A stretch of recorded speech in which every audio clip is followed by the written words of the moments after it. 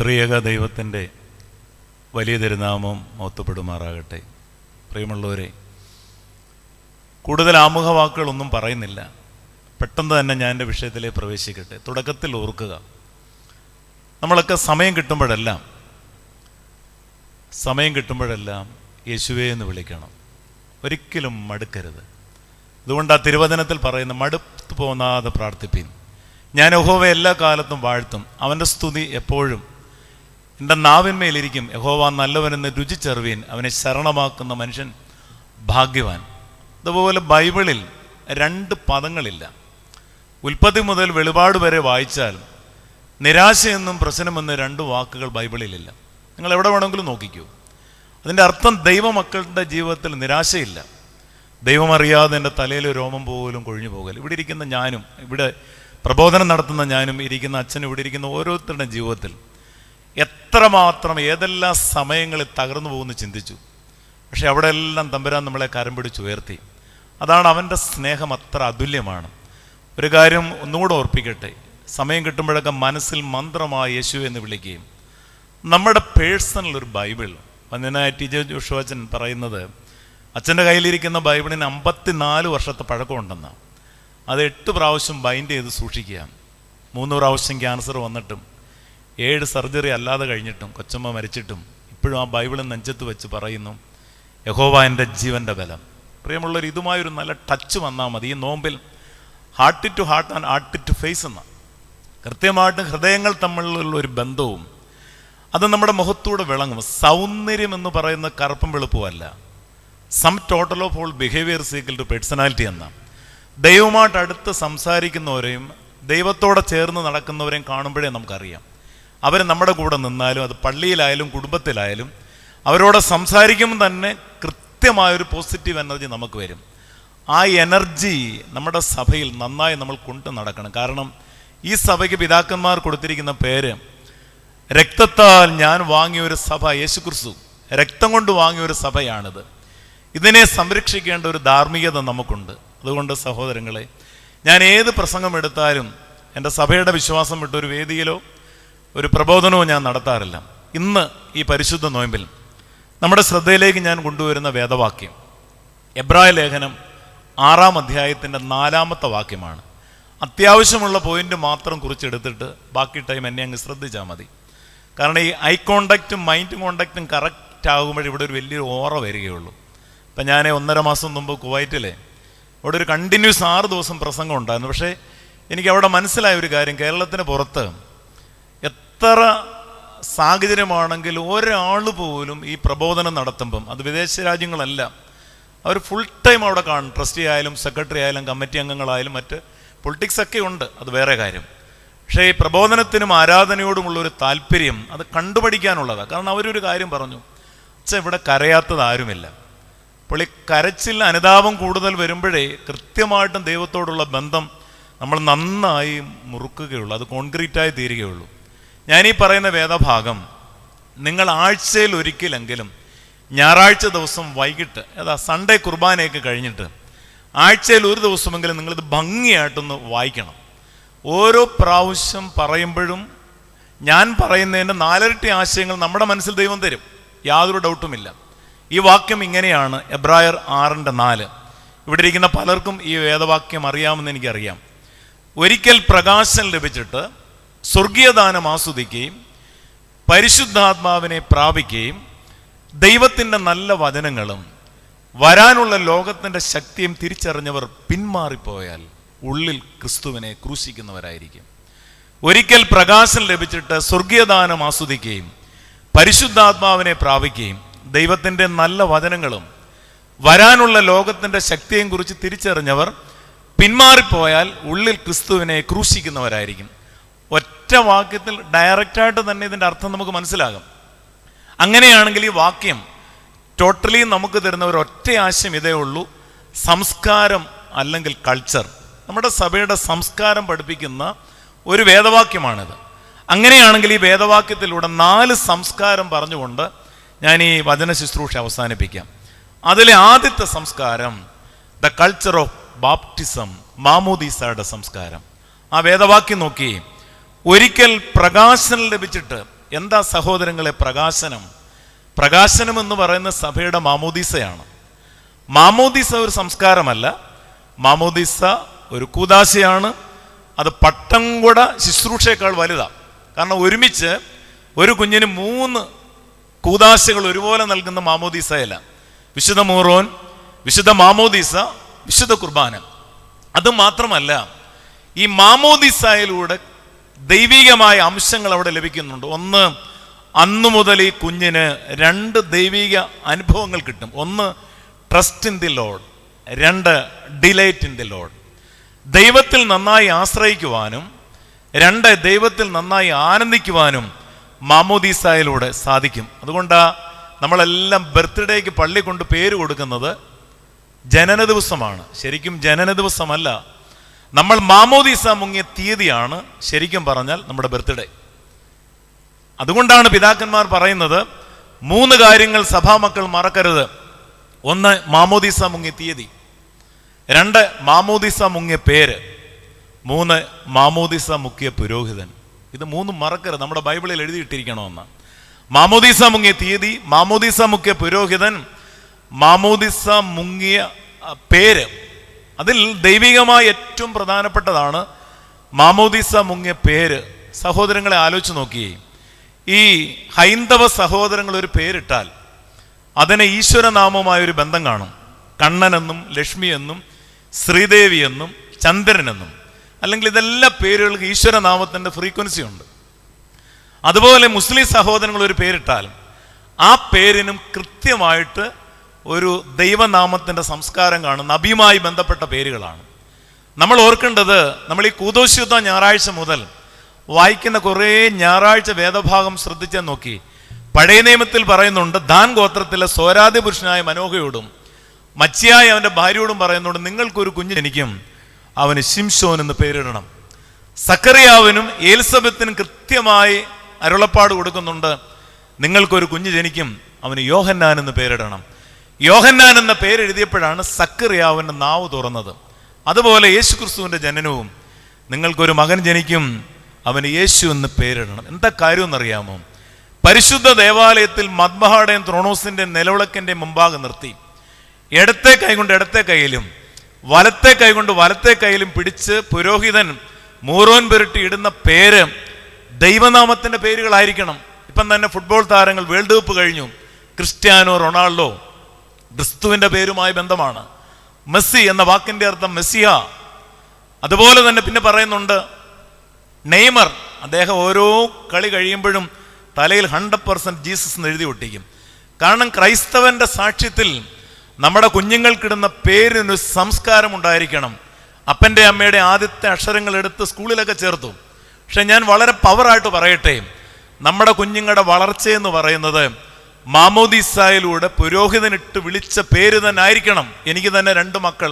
എൻ്റെ ആദ്യത്തെ മകൾ കുർബാന ചൊല്ലുമ്പോഴാണ് ജനിച്ചത്. അതുകൊണ്ട് എൻ്റെ കുഞ്ഞിനിട്ട പേര് ഏഞ്ചൽ മറിയം ടൈറ്റസ് എന്ന. സഹോദരങ്ങളെ പരീക്ഷിച്ച് നോക്കിക്കൂ, നമ്മുടെ മക്കളുടെ പേരനുസരിച്ച് തന്നെയായിരിക്കും അവരുടെ വളർച്ചയും. ഇല്ലെങ്കിൽ യോഹന്നാൻ എന്ന പേരിട്ടപ്പോൾ സക്കറിയാവിൻ്റെ നാവ് തുറക്കില്ല. ഗബ്രിയേൽ മാലാഖ വന്ന് യേശു എന്ന് പേരിടാൻ പറയില്ല. പലപ്പോഴും എൻ്റെ ജീവിതത്തിൽ ഞാൻ ചിന്തിച്ച ഒരു കാര്യമാണ്, പണ്ടൊക്കെ നമ്മുടെ മക്കൾക്കും ഒക്കെ ഇടുന്ന പേര്. അടുത്തിടയ്ക്ക് ഒരു പള്ളിയിൽ ചെന്നപ്പം ട്രസ്റ്റിയുടെ 3 മക്കൾ ഉച്ചയ്ക്ക് ഫുഡ് കഴിക്കാൻ അവിടെ ചെന്നപ്പോഴാണ് ആ കുഞ്ഞുങ്ങളെ നിരത്തി നിർത്തിയിരിക്കുക. മീക്ക, സാറ, റിബേക്ക. ഞാൻ ചോദിച്ചു, വേറെ പേരുണ്ട്? ഇല്ലച്ച, എൻ്റെ മാമോദീസായിൽ പുരോഹിതൻ ഇട്ട പേരില്ലാതെ വേറൊരു പേരിട്ട് ഞാൻ വിളിക്കില്ല. ഓരോ പ്രാവശ്യം ഈ പേര് നമ്മുടെ കുഞ്ഞുങ്ങളെ വിളിക്കുമ്പോഴും വിശുദ്ധ കുർബാനയ്ക്ക് ആ പേര് കൊടുക്കുമ്പോഴും ഓർക്കണം, അത് പുരോഹിതൻ ഊതി കുരിശാകൃതിയിൽ മൂറോൻ ഒഴിച്ച് അതിൽ മാമോദീസ മുക്കി തന്ന പേരാണ്. ആ പേരിൻ്റെ പവർ വളരെ വലുതാണ്. അതാണ് പേരിൻ്റെ സംസ്കാരം. അതുപോലെ മാമോദീസ കഴിഞ്ഞാൽ ഉടനെ ഈ മദ്ബഹയുടെ താഴേക്ക് ഇറങ്ങി ശാന്തമായ ചില കാര്യങ്ങൾ കൂടി കുഞ്ഞുങ്ങളുടെ മാതാപിതാക്കൾക്കും തലത്തൊട്ടപ്പനും പറഞ്ഞു കൊടുക്കും. എന്തൊക്കെയാ? 2-3 ദിവസം കുഞ്ഞിനെ മറ്റുള്ളവരുണ്ട് എടുപ്പിക്കരുത്. മൂറോൻ പുരട്ടിയ ശരീരമായതുകൊണ്ട് ഈ വെള്ളം ആരും ചവിട്ടാത്തിടത്ത് ഒഴിക്കണം. ശൈശവകാലം മുതൽ ഈ കുഞ്ഞിനെ ദൈവീക കൃപയിൽ വളർത്തണം. പൈതൽ വളർന്നു, ജ്ഞാനം നിറഞ്ഞു, ആത്മാവിൽ ബലപ്പെട്ടു, ദൈവകൃപയും കൂടെ ഉണ്ടാകണം. കാരണം 2 ഘടകങ്ങൾ മാമോദീസായിലൂടെ ലഭിക്കുന്നുണ്ട്. ഒന്ന്, മിസ്റ്റിക്കൽ ബോഡി ഓഫ് ക്രൈസ്റ്റ്, എൻ്റെ ശരീരം ഭക്ഷിക്കുകയും എൻ്റെ രക്തം കുടിക്കുകയും എന്നിൽ വിശ്വസിക്കുകയും ചെയ്യുന്നവൻ എന്നിലും ഞാൻ അവനിലും വസിക്കും. രണ്ടാമത് പറയുന്നുണ്ട് യൂക്കറിസ്റ്റിക്കൽ കമ്മ്യൂണിറ്റി. അന്നാണ് മുറിക്കപ്പെട്ട അപ്പത്തിൻ്റെ അംശിയായി കുഞ്ഞ് വളർന്നു വരുന്നത്. അതുകൊണ്ട് സഹോദരങ്ങളെ, ഞാൻ പറയട്ടെ, ഒരു കുഞ്ഞ് നമുക്ക് എല്ലാവർക്കും അറിയാം ഏറ്റവും കൂടുതൽ പഠിക്കുന്നത് 3 വയസ്സിനകത്താണ്. ഒരു കുഞ്ഞ് ഏറ്റവും കൂടുതൽ പഠിക്കുന്നത്, പണ്ട് മാതാപിതാക്കളൊക്കെ തന്നെ പറഞ്ഞു കൊടുക്കും, പ്രഗ്നൻ്റ് ആവുന്ന സമയത്ത് നിരന്തരം ബൈബിൾ വായിക്കണം, കണ്ണുനീരൊഴുക്കണം. ഒരു മരുന്നിന് ഒരുപാട് പോകേണ്ടി വരില്ല. കാരണം ഈ ഉള്ളിലേക്ക് കടന്നു വരുന്ന പരിശുദ്ധ റൂഹ, എലിസബത്ത് ദൈവമാതാവിനെ കണ്ടപ്പോൾ ഉള്ളിൽ കടഞ്ഞ പ്രജ കുതിച്ചു തുള്ളിയതുപോലെ ഈ മക്കളെക്കുറിച്ച് ഓവർ ടെൻഷനൊന്നും വേണ്ട. ഇന്ന് മാതാപിതാക്കൾ, പണ്ട് നമുക്കറിയാം 10, 12, 14 മക്കളാണ്, അതിൽ 8 പെൺമക്കളാണ്. ഏത് മാതാപിതാക്കൾ സൂസൈഡ് ചെയ്തു, ഏത് കുടുംബം തകർന്നു, ഏത് മക്കൾ അനാഥമായി. ഇന്ന് 1, 2 മക്കൾ, മാതാപിതാക്കൾ ടെൻഷനാണ്. വായിക്കുന്നതോ അമ്മയെ വെട്ടിക്കൊന്നു, അപ്പനെ കുത്തിക്കൊന്നു, കാറിടിച്ചു കൊന്നു, ഒളിച്ചാടിപ്പോയി, പീഡനം നടന്നു. ഇതിൻ്റെ എല്ലാം കാരണം ഞാൻ പറയട്ടെ, ശരിക്കും ദൈവത്തിൻ്റെ പവർ എന്താണെന്നും ദൈവം ആരാണെന്നും ശൈശവകാലം മുതലേ കുഞ്ഞുങ്ങളെ പഠിപ്പിച്ച് മന്ത്രമായി ഓതണം. നമുക്ക് ബൈബിളിൽ ദൈവത്തെക്കുറിച്ച് ഒരുപാട് അറിയാമെങ്കിലും ഞാനിപ്പോഴും സെർച്ച് ചെയ്തുകൊണ്ടിരിക്കുന്ന ദൈവത്തെക്കുറിച്ചുള്ള വാക്യമുണ്ട്. നിങ്ങൾ വീട്ടിൽ പോയി അത് വായിച്ചു നോക്കണം, ദൈവം ആരാണെന്ന്. യെശയ്യാവ് 40:12 സദൃശ്യവാക്യം 30:4 നിങ്ങളൊന്ന് കാണാതെ പഠിച്ചു വെക്കണം. യെശയ്യാവ് 40:12 തൻ്റെ ഉള്ളം കൈയിൽ വെള്ളമെടുക്കുകയും ചാണുകൊണ്ട് ആകാശത്തിന്റെ പരിമാണം അളക്കുകയും ഭൂമിയിലെ പൊടി നാഴിയിൽ കൊള്ളിക്കുകയും പർവ്വതങ്ങളെ വെള്ളിക്കോൽ കൊണ്ടും കുന്നുകളെ വെള്ളി തുലാസിലും തൂക്കുകയും ചെയ്യുന്നവൻ ആർ? തൻ്റെ ഉള്ളം കൈയിൽ വെള്ളമെടുക്കുകയും ചാണുകൊണ്ട് ആകാശത്തിന്റെ പരിമാണം അളക്കുകയും ഭൂമിയിലെ പൊടി നാഴിയിൽ കൊള്ളിക്കുകയും പർവ്വതങ്ങളെ വെള്ളിക്കോൽ കൊണ്ടും കുന്നുകളെ വെള്ളി തുലാസിലും തൂക്കുകയും ചെയ്യുന്നവൻ ആർ? അവനാണ് ദൈവം. ആ ദൈവത്തെയാണ് നമ്മുടെ കുഞ്ഞുങ്ങളെ പഠിപ്പിക്കേണ്ടത്. വീണ്ടും സദൃശ്യവാക്യം 30:4 സ്വർഗത്തിലും ഭൂമിയിലും കയറിയിറങ്ങിയവൻ ആർ? ആഴിയെ തന്റെ പൂഴി കൊണ്ട് വേർതിരിച്ചവൻ ആർ? വെള്ളത്തെ തന്റെ വസ്ത്രത്താൽ പിടിച്ചടക്കിയവൻ ആർ? ഭൂമിയിലെ അറുതുകളെയൊക്കെയും പിടിച്ചടക്കിയവൻ ആർ? അവന്റെ പേരെന്ത്? അവന്റെ മകന്റെ പേരെന്ത് നിനക്കറിയാമോ? അവനാണ് സാക്ഷാൽ ദൈവം, അവനാണ് സാക്ഷാൽ ക്രിസ്തു, അവനാണ് സാക്ഷാൽ പരിശുദ്ധാത്മാവ്. ഇത് നിരന്തരമായി നമ്മുടെ മക്കളെ പഠിപ്പിക്കണം. ഈ കഴിഞ്ഞ ആഴ്ച പിറവംപള്ളി പ്രസംഗത്തിന് പോയി. പ്രസംഗം കഴിഞ്ഞപ്പം അച്ഛൻ ഒരു പ്രസന്റേഷൻ തന്ന ഒരു കൊച്ചിന് കൊടുക്കാൻ. CBSE എക്സാമാണ്. ആ ടൈമിൽ ആ കുഞ്ഞു പള്ളിയിലെ നമസ്കാരത്തിനും അതുപോലെ തന്നെ ഗായക സംഘത്തിലും വന്നിരിക്കുക. അതിനൊന്നും മാർക്ക് കുറഞ്ഞിട്ടില്ല. ഇത് നമ്മുടെ മാതാപിതാക്കൾ അറിയണം. അച്ഛനോട് തന്നെ ഞാൻ OBBSന്റെ കാര്യം ചോദിച്ചു. വെച്ചാൽ കോവിഡ് കഴിഞ്ഞതിന് ശേഷം കുഞ്ഞുങ്ങളൊക്കെ കുറവാണ്. അച്ഛൻ്റെ പ്രവർത്തനത്തിൻ്റെ കുറവാണോ? അല്ല. ഡയറക്ടേഴ്സിൻ്റെ അധ്യാപകരുടെ കുറവാണോ? അല്ല. നമ്മൾ എങ്ങനെ ഒരു പൈശാചികമായൊരു വലയത്തിൽ പോവുകയാണ് ദൈവമക്കളെ. ഇത്തരത്തിൽ പോയാൽ ഈ ലോകം ഒരുപാട് പോകുന്നു, സ്വപ്നം പോലും വിചാരിക്കേണ്ട. ഓർക്കണം, ഒരുപാട് ഭക്തിയിലൊന്നും നമുക്ക് ജീവിക്കാൻ പറ്റത്തില്ല. പക്ഷെ കിട്ടുന്ന അവസരങ്ങൾ ഇപ്പം തന്നെ നോക്കി, എത്ര കസേര ഒഴിഞ്ഞു കിടക്കുന്നു. നമ്മൾ ഒരിക്കൽ ബറിയോന ശീമോനെ, നീ യുവാവായിരുന്നപ്പോൾ അരകെട്ടി ഇഷ്ടമുള്ളിടത്ത് നടന്നു. നീ വയസ്സനായ ശേഷം നീ കൈ നീട്ടുകയും നിന്റെ അര മറ്റുള്ള ഒരാൾ കെട്ടി നിനക്ക് ഇഷ്ടമില്ലാത്തടത്തേക്ക് പോകേണ്ടി വരും. ഈ കാലം ചെയ്ത ഔഗൻ ബാബ തിരുമേനി പറയുന്നൊരു കൊട്ടേഷൻ ഉണ്ട്. ഞാനിവിടെ പണ്ട് പറഞ്ഞിട്ടുണ്ടോ എന്നെനിക്കറിയില്ല, ഒന്നുകൂടെ ഞാൻ ആവർത്തിച്ച് പറയാം. ഔഗൻ ബാബ തിരുമേനി എപ്പോഴും പറയുന്നൊരു സൂക്തമുണ്ട്. മക്കളെ, പള്ളിയിലെ പണമെടുത്ത് വീട്ടിലെ പണത്തിന്റെ കൂടെ ഇട്ടാൽ വീട്ടിലെ പണം വെന്തുപോകും. പള്ളിയിലെ സമയമെടുത്ത് വീട്ടിലെ സമയത്തിന്റെ കൂടെ ഇട്ടാൽ വീട്ടിലെ സമയം വെന്തുപോകും. കൗമ തെറ്റിച്ചാൽ പിശാച് ചുറ്റിക്കും. പിന്നെ പറയുന്ന 2 പേരുണ്ട്. എനിക്ക് മുമ്പേ ആരും പള്ളിയിൽ വരരുത്, എന്നെ ആരും ശ്രദ്ധിക്കരുത്.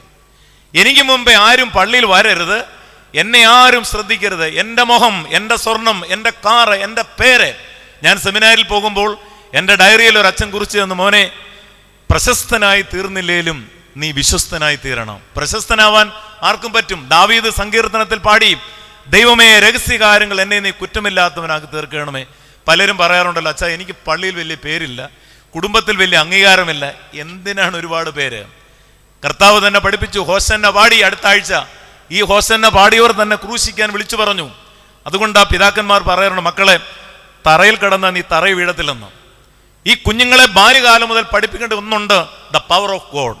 ദൈവം ആരാണെന്നും ദേവാലയം ആരാണെന്നും നോമ്പെന്താണെന്നും ഉപവാസം എന്താണെന്നും മന്ത്രമായി സങ്കീർത്തനങ്ങൾ നിരന്തരം ചൊല്ലിക്കൊടുത്ത് ആ കുഞ്ഞ് എവിടെ വളഞ്ഞാലും അവസാനം ആ സംസ്കാരത്തിൽ വളർന്നു വരും. എന്ത്? The culture of baptism. ഇനി അതിനകത്ത് ചെറിയ 1-2 ഘടകങ്ങൾ കൂടിയുണ്ട്. അവിടെ ശിംശോന്റെ കുടുംബത്തിൽ ദാൻ ഗോത്രത്തിലേക്ക് 3 അരുളപ്പാട് കൊടുക്കുന്നുണ്ട്. 1, വീഞ്ഞും മദ്യവും കുടിക്കരുത്. 2, അശുദ്ധമായതൊന്നും തൊടരുത്. 3, തലയിൽ ക്ഷൗരക്കത്തി തൊടരുത്. സഹോദരങ്ങളെ ഒന്ന് ആലോചിച്ച് നോക്കി. അതിൽ ആദ്യത്തേതാണ് വീഞ്ഞും മദ്യവും കുടിക്കരുത്.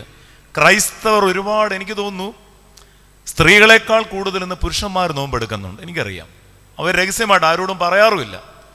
പക്ഷെ പലർക്കും പറ്റുന്നത് 50-ാം ദിവസം പള്ളിയിൽ പോയി കുർബാന കൊണ്ടിട്ട് വീണ്ടും പഴയ വഴിക്കാണ് പോകുന്നത്. മറന്നു പോകരുത്, പിതാക്കന്മാർ പറയുന്നത് ലിറ്റേർജി ആഫ്റ്റർ ലിറ്റേർജി. ഓർക്കണം, കുർബാന അധരങ്ങളിൽ വച്ചാൽ പിന്നെ നാവ് മദ്യപാനത്തിനും ദൈവത്തിന് ഹിതമല്ലാത്ത വഴിക്കും വിട്ടുകൊടുക്കരുത്. എന്നലങ്കാരം വസ്ത്രം ധരിച്ചിടും ഇന്നു മുതൽ ഞാൻ ദൈവമേ, മേലാൽ എന്നിൽ അശുദ്ധനും ചേലയില്ലാത്തവനും ചേർന്ന് വരികില്ല. എൻ്റെ ജീവിതത്തിൽ ഞാൻ വൈദികനാവാൻ തിരുമേനിമാരും വൈദികരുടെ എല്ലാം പ്രാർത്ഥനാ ജീവിതം ഒത്തിരി ശ്രദ്ധിച്ചിട്ടുണ്ട്. പക്ഷെ എത്ര അൽമാരെ എനിക്കറിയാം. അവരുടെ ഓരോ നോട്ടം, അവരുടെ ഓരോ പള്ളി പ്രവർത്തനങ്ങൾ, അവരുടെ ഓരോ ശൈലികൾ, അവരുടെ നിഷ്ഠകൾ, അതൊക്കെ എന്നെ ഒരുപാട് ആകർഷിച്ചിട്ടുണ്ട്. അതുകൊണ്ട് നമ്മളെ കാണുന്ന ഒരാൾക്ക് നമ്മുടെ നോമ്പ്, നമ്മുടെ പ്രാർത്ഥന കണ്ട് നല്ല സംസ്കാരം കണ്ടു പഠിക്കണം. അതിൽ ആദ്യത്തേതാണ് വീഞ്ഞും മദ്യവും കുടിക്കരുത്. 2, അശുദ്ധമായതൊന്നും തൊടരുത്. സഭ നമുക്ക് 117 ദിവസം 365 ദിവസങ്ങളിൽ 117 ദിവസം നോമ്പാണ്. അത് കൃത്യമായി എടുക്കണം. പലരും പറയുന്നുണ്ട് അകത്തോട്ട് പോകുന്നതൊന്നും മനുഷ്യനെ അശുദ്ധനാക്കില്ല. അങ്ങനെയാണെങ്കിൽ ആദ്യം മനുഷ്യൻ തെറ്റിയതെവിടാം? അകത്തോട്ട് പോയത് തന്നെ. ദൈവമക്കളെ, ഈ ബുധൻ വെള്ളി സഭയുടെ നോമ്പുകൾ കൃത്യമായി എടുത്തേ. ഞാൻ പറയട്ടെ, ആ ഭവനത്തിൽ വരുന്ന ഐശ്വര്യം ഓരോ വർഷം പണത്തിൻ്റെയോ അപകടങ്ങളോ ബുദ്ധിമുട്ടൊക്കെ വരാം. പക്ഷെ ആ ഭവനത്തിൽ വരുന്ന ദൈവിക കൃപകളെ കണ്ണ് കണ്ടിട്ടില്ല, ചെവി കേട്ടിട്ടില്ല, ആരുടെയും ഹൃദയത്തിൽ തോന്നിയിട്ടുമില്ല. 3 പറയുന്നുണ്ട്, തലയിൽ ക്ഷൗരക്കത്തി തൊടരുത്. ശിംശോന്റെ രഹസ്യം അവന്റെ മുടിയിലായിരുന്നു. വൈദികരുടെ തന്നെ പട്ടം കുടയ്ക്ക് 4 സൈഡിൽ നിന്ന് മുടി കത്തിരിച്ച് ആ കവറിലിട്ട് പിതാക്കന്മാർ സൂക്ഷിക്കാറുണ്ട്. കാരണം ഈ പട്ടത്തെ ശുശ്രൂഷയ്ക്ക് ഒരു രഹസ്യമുണ്ട്. ആ രഹസ്യം നീ ബലി കഴിക്കരുത്. ഇതേപോലെ ഇവിടെ ഇരിക്കുന്ന ഏലിയ ദേവാലയത്തിൽ ദൈവമക്കളെ, ഏതൊരു കുടുംബം, ഞാൻ പറഞ്ഞ ശ്രദ്ധിച്ച് കേൾക്കുക, ഏതൊരു കുടുംബം ഉയർന്നു വന്നിട്ടുണ്ടെങ്കിൽ അതിൻ്റെ പിന്നിൽ ഒരു വിശുദ്ധമായ രഹസ്യ ജീവിതമുണ്ട്. യാതൊരു ഡൗട്ടുമില്ല. ഒരു വ്യക്തി, ഒരു കുടുംബം ഉയർന്നിട്ടുണ്ടെങ്കിൽ അതിൻ്റെ പിന്നിൽ ഒരു വിശുദ്ധിയുടെ രഹസ്യമുണ്ട്. തിരിച്ചുമുണ്ട്. ഒരു കുടുംബം തകർന്നിട്ടുണ്ടെങ്കിൽ അതിൻ്റെ പിന്നിൽ ഒരു പാപരഹസ്യമുണ്ട്. ഒരു കുടുംബം ഉയർന്നിട്ടുണ്ടെങ്കിൽ അതിൻ്റെ പിന്നിൽ ഒരു വിശുദ്ധ രഹസ്യമുണ്ട്. ഒരു കുടുംബം ഉയർന്നിട്ടുണ്ടെങ്കിൽ അതിൻ്റെ പിന്നിൽ ഒരു പാപരഹസ്യമുണ്ട്. നമ്മുടെയൊക്കെ ധാരണ എൻ്റെ തെറ്റുകളും കുറ്റങ്ങളും ആരും കാണുന്നില്ല. പക്ഷെ മറക്കരുത്, 139 സങ്കീർത്തനം, ദൈവമേ നീ എന്നെ ശോധന ചെയ്ത് അറിഞ്ഞിരിക്കുന്നു, ഞാൻ ഇരിക്കുന്നതും എഴുന്നേൽക്കുന്നതും നീ അറിയുന്നു, എൻ്റെ നിരൂപണമൊക്കെ നീ ദൂരെ നിന്ന് അറിയുന്നു. അവസാനം പറയാണ്, വ്യസനത്തിനുള്ള മാർഗം എന്നിൽ ഉണ്ടോ എന്ന് നോക്കി ശാശ്വതമായ മാർഗത്തിൽ നീ എന്നെ നടത്തണം. ഹഡ്സൺ ടൈലർ പറയുന്നത് ലോകത്തിലെ ഏറ്റവും വലിയ തെറ്റേതാണെന്നറിയാമോ? സ്വന്തം തെറ്റ് മനസ്സിലാക്കാത്തതാണ് ലോകത്തിലെ ഏറ്റവും വലിയ തെറ്റ്. അദ്ദേഹം വീണ്ടും പറയുന്നു, ഒരു ഭക്തൻ അവന്റെ ദിവസം തുടങ്ങുമ്പോൾ 3 ചോദ്യം ചോദിക്കണം. It is God's will. എൻ്റെ ദൈവമേ, ഇന്ന് ഞാനൊരു വഴിക്ക് പോകുന്നു, ഈ വഴി എൻ്റെ ദൈവത്തിന് ഇഷ്ടമാണോ? 2, whether it is loose my life and spirit. ഈ വഴിയിലൂടെ എൻ്റെ പരിശുദ്ധാത്മാവ് നഷ്ടപ്പെടുമോ? ഞാൻ വരികൾ നിങ്ങൾ മറക്കരുത്. ദൈവമേ, ഞാൻ ഇന്നൊരു വഴിക്ക് ഇറങ്ങുമ്പോൾ ഇറ്റ് ഈസ് ഗോഡ്സ് വിൽ, ഇതെൻ്റെ ദൈവത്തിന് ഇഷ്ടമാണോ? 2, whether it is loose my life in spirit, ഇതെൻ്റെ ആത്മീയത നഷ്ടപ്പെടുമോ ഈ വഴിയിലൂടെ? 3, വാട്ട് ഈസ് ഇറ്റ് എൻ, ഇതിൻ്റെ അവസാനം എന്താണ്? ഇത് മനസ്സിലാക്കാതെ പോയാൽ സദൃശ്യവാക്യങ്ങളിൽ ഒരു വാക്യം 2 പറയുന്നുണ്ട്. 14, 12, 16, 25 ഇത് രണ്ടും സെയിം വേർഡാ. ഒരു വഴി മനുഷ്യന് ചൊവ്വായി തോന്നും, അതിൻ്റെ അവസാനമോ മരണവഴികളത്രേ. ഒരു വഴി മനുഷ്യന് ചൊവ്വായി തോന്നും, അതിൻ്റെ അവസാനമോ മരണവഴികളത്രേ. അതുകൊണ്ട് സഹോദരങ്ങളെ, ആദ്യത്തെ ആശയം ഞാൻ അവസാനിപ്പിക്കട്ടെ. നമ്മുടെ സഭ നമുക്ക് തരുന്ന ആദ്യത്തെ സംസ്കാരമാണ് ദ കൾച്ചർ ഓഫ് ബാപ്റ്റിസം, മാമോദീസയുടെ സംസ്കാരം. 2ാമത്തെ സംസ്കാരം, ആ വാക്യം താഴോട്ട് വായിക്കുമ്പോൾ, ഒരിക്കൽ പ്രകാശം ലഭിച്ചിട്ട് സ്വർഗീയദാനം ആസ്വദിക്കുകയും പരിശുദ്ധാത്മാവിനെ പ്രാപിക്കുകയും. ഇപ്പം പരിശുദ്ധാത്മാവിനെ പ്രാപിച്ചാൽ 2ാമത്തെ സംസ്കാരമാണ് ദ കൾച്ചർ ഓഫ് ഹ്യൂമാനിറ്റി, മാനവികതയുടെ സംസ്കാരം. എന്താ മാനവികതയുടെ സംസ്കാരം? ഒറ്റ വാചകത്തിൽ പറഞ്ഞാൽ the victory over self and victory over circumstances. സ്വയത്തെയും സാഹചര്യത്തെയും അതിജീവിക്കുന്ന സ്വർഗീയ ചിന്ത. ആലോചിച്ച് നോക്കിയേ, നമ്മുടെ കുർബാനയിൽ എത്ര ക്രമമുണ്ട് അറിയാവുന്നവരൊന്ന് പറയാമോ? കുർബാനയിൽ എത്ര ക്രമമുണ്ട്? നമുക്കറിയാം ഒരു ക്രമം, കുർബാന ക്രമം അല്ലേ? കുർബാനയിൽ 13 ക്രമം, തുബ്ദേനുകൾ 18, 6 ശുശ്രൂഷകർ, 6 പുരോഹിതൻ പരസ്യമായിട്ട്, 6 പുരോഹിതൻ രഹസ്യമായിട്ട്. ഈ 13 ക്രമം ചൊല്ലുന്ന പുരോഹിതൻ ഒരു വരിയെങ്കിലും സ്വന്തമായി അച്ഛൻ്റെ ഭാര്യയുടെ പേരെടുത്ത് ചൊല്ലുന്ന കേട്ടിട്ടുണ്ടോ? ഇല്ല. കാരണം ഇവിടെ കുർബാന ആരംഭിക്കുമ്പോൾ തന്നെ ദൈവമേ നീ പരിശുദ്ധൻ, ബലവാനെ നീ പരിശുദ്ധൻ. ദൈവമക്കളെ ഓർക്കണം, നമ്മൾ പള്ളിയിൽ വരുന്നത് ദൈവാനുഗ്രഹത്തിനല്ല. ഞാൻ പറഞ്ഞ വരി മറക്കരുത്. നമ്മൾ ആരാധനയ്ക്കും പള്ളിയിലും വരുന്ന ദൈവാനുഗ്രഹത്തിനല്ല. നിങ്ങൾ വിചാരിക്കും അച്ഛൻ ഇത് പറയാനാണ് ഇവിടെ വന്നതെന്ന്. ദൈവാനുഗ്രഹം വേണ്ടാന്ന് ഞാൻ പറയുന്നില്ല. ദൈവാനുഗ്രഹത്തെ കൂടുതലായി നമുക്ക് വേണ്ടത് ദൈവമാണ് വേണ്ടിയത്. രാജാവിനെ കിട്ടിയാൽ ഖജനാവ് കൂടെ പോരും. 1 point, right point, root point, that is sports point. കൃത്യമായിട്ട് ഓർക്കണം, ഈ സഭ നമുക്ക് തരുന്നത് ആകെ പുരോഹിതൻ കുർബാനയുടെ അവസാനമാണ് ഒരു കാലത്ത് താഴോട്ട് വെച്ച് പറയുന്നുണ്ട്, ഞാനോ ബലഹീനനും പാവിയുമായ ദാസൻ, നിങ്ങൾ എനിക്ക് വേണ്ടി പ്രാർത്ഥിക്കണം. ഉടനെ നമ്മൾ അച്ഛന് വേണ്ടി പ്രാർത്ഥിക്കാന്നല്ല പറയുന്നത്. അന്നേരവും നമ്മൾ മറുപടി പറയുന്നത് കർത്താവ് അവിടുത്തെ കുർബാന അംഗീകരിക്കുകയും അവിടുത്തെ പ്രാർത്ഥനകളാൽ ഞങ്ങളെ സഹായിക്കുകയും ചെയ്യട്ടെ. ദൈവമക്കളെ നോക്കി, ഇവിടെ പ്രഭാതത്തിൽ തന്നെ ശുശ്രൂഷകർ വായിക്കുന്ന മസ്മൂറ കേട്ടിട്ടില്ലേ? പർവ്വതങ്ങളും സകല കുന്നുകളും, ഫലവൃക്ഷങ്ങളും സകല കാര്യങ്ങളും, മൃഗങ്ങളും സകല കന്നുകാലികളും, ഇഴജന്തുക്കളും പക്ഷികളും പറവുകളുമേ നിങ്ങൾ കർത്താവിനെ സ്തുതിപ്പീൻ. സങ്കീർത്തനം 24:1, ഭൂമിയും അതിൻ്റെ പൂർണ്ണതയും ഭൂതലോ അതിലെ നിവാസികളെ യഹോവയ്ക്കുള്ളതാകുന്നു. ഓർക്കണം, നമ്മളെ ഈ ഭൂമിയിലാക്കി വെച്ചിരിക്കുന്നത് നമ്മുടെ കാര്യം മാത്രം നോക്കുവാനല്ല. പൂർവ്വകാലം ഒന്ന് നോക്കി, ഏത് വീട്ടിൽ, ഞാൻ പറഞ്ഞല്ലോ 10, 12, 14 മക്കളുണ്ട്. ഈ 14 മക്കളുണ്ടെങ്കിലും വീണ്ടും കാണും ആ വീട്ടിൽ 2 ഗസ്റ്റ് കാണും. വീടിന് മതിലില്ല, ഗേറ്റില്ല. മാത്രമല്ല, വന്ന് താമസിച്ചാൽ 2 ദിവസം കഴിഞ്ഞ് പോകുമ്പോൾ വീണ്ടും ചോദിക്കും ഇനി എന്നാണ് വരുന്നത്. ഇന്നാണെങ്കിൽ സ്ട്രോങ് മതിലും അതിനേക്കാൾ വലിയ ഗേറ്റും വാലില്ലാത്തൊരു പട്ടിയും 32 താക്കോലും 28 മുറിയും. പല കുടുംബങ്ങളിൽ അനാഥമാണെന്നുള്ളൊരു കാര്യം മറന്നു പോകരുത്. അടുത്തിടയ്ക്ക് ഒരു അച്ഛൻ പറയുമായിരുന്നു, ഒരു വലിയ വീട് കൂതാശിക്ക് അച്ഛൻ ശുശ്രൂഷക്കാരൻ പ്രായമുള്ളൊരു അപ്പച്ചനാണ്. കുന്തിരിക്ക് വിട്ടുകൊടുത്തു. കുന്തിരിക്ക് വിട്ടുകൊടുത്ത് സെതറ കഴിഞ്ഞ് എത്രയായിട്ട് ഈ അപ്പച്ചനെ കാണുന്നില്ല. കറങ്ങിത്തിരിഞ്ഞ് അയലോക്കത്ത് നിന്ന് കയറി. കാരണം വീടിൻ്റെ സാഹചര്യങ്ങളൊന്നും ഇപ്പം ഈ പള്ളിയിലെ ശുശ്രൂഷക്കാരൻ അപ്പച്ചൻ അറിയില്ല. ഞാൻ പറഞ്ഞത് ഇതൊന്നും വേണ്ടെന്നല്ല, പക്ഷെ വീടെന്ന വാക്കിൻ്റെ അർത്ഥം അത് വിട്ടുകളയാനുള്ളതെന്നാണ്. അതുകൊണ്ട് ആ പുരോഹിതന്മാരുടെ ശവസംസ്കാരത്തിന് ഞാൻ നോക്കിയിട്ട് എല്ലാവർക്കും പാടാന്ന് വരിക, നശ്വരമായ വീട് നീ എന്തിനാണ് എന്നെ മോഹിപ്പിച്ചത്. ദൈവമക്കൾ, ഈ ഭൂമിയിൽ ഇതെല്ലാം നമുക്ക് ആവശ്യമാണ്. പക്ഷെ അതിനേക്കാൾ ഉപരി ഈ ലോകത്തോടെ നമുക്കൊരു കടപ്പാടുണ്ടായിരിക്കണം. അതുകൊണ്ടാ സർവ്വമതങ്ങളും ചൊല്ലുന്നത് ആനോ ഭദ്ര കൃതവേ എന്ത് വിശുദ്ധ സർവ്വലോക സമസ്ത സുഖനോ ഭവന്തു സർവേ സന്തുനിരാമയ മാ വിദ്വേഷ മകൻ. ലോകരെല്ലാം സുഖമായിരിക്കട്ടെ, ആർക്കും ആപത്തൊന്നും വരാതിരിക്കട്ടെ, നമ്മളാൽ ആരെയും ദ്വേഷിക്കാതിരിക്കട്ടെ. ഇപ്പം 10ാം ക്ലാസ്സിൻ്റെയും +2-ൻ്റെ എല്ലാം എക്സാം വന്നു തുടങ്ങി. അച്ഛന്മാർക്ക് എടുപ്പത് പണിയാണ്. ത്രോണോസിനകത്താണ് പേന കൊണ്ടുവച്ച് പ്രാർത്ഥിക്കേണ്ടത്. വണ്ടിയുടെ താക്കോല് ത്രോണോസിനകത്ത്. ഇതൊന്നും പള്ളിയുടെ അകത്തുകൊണ്ട് മതബാഹിക്കകത്ത് കയറ്റാനുള്ളതല്ല.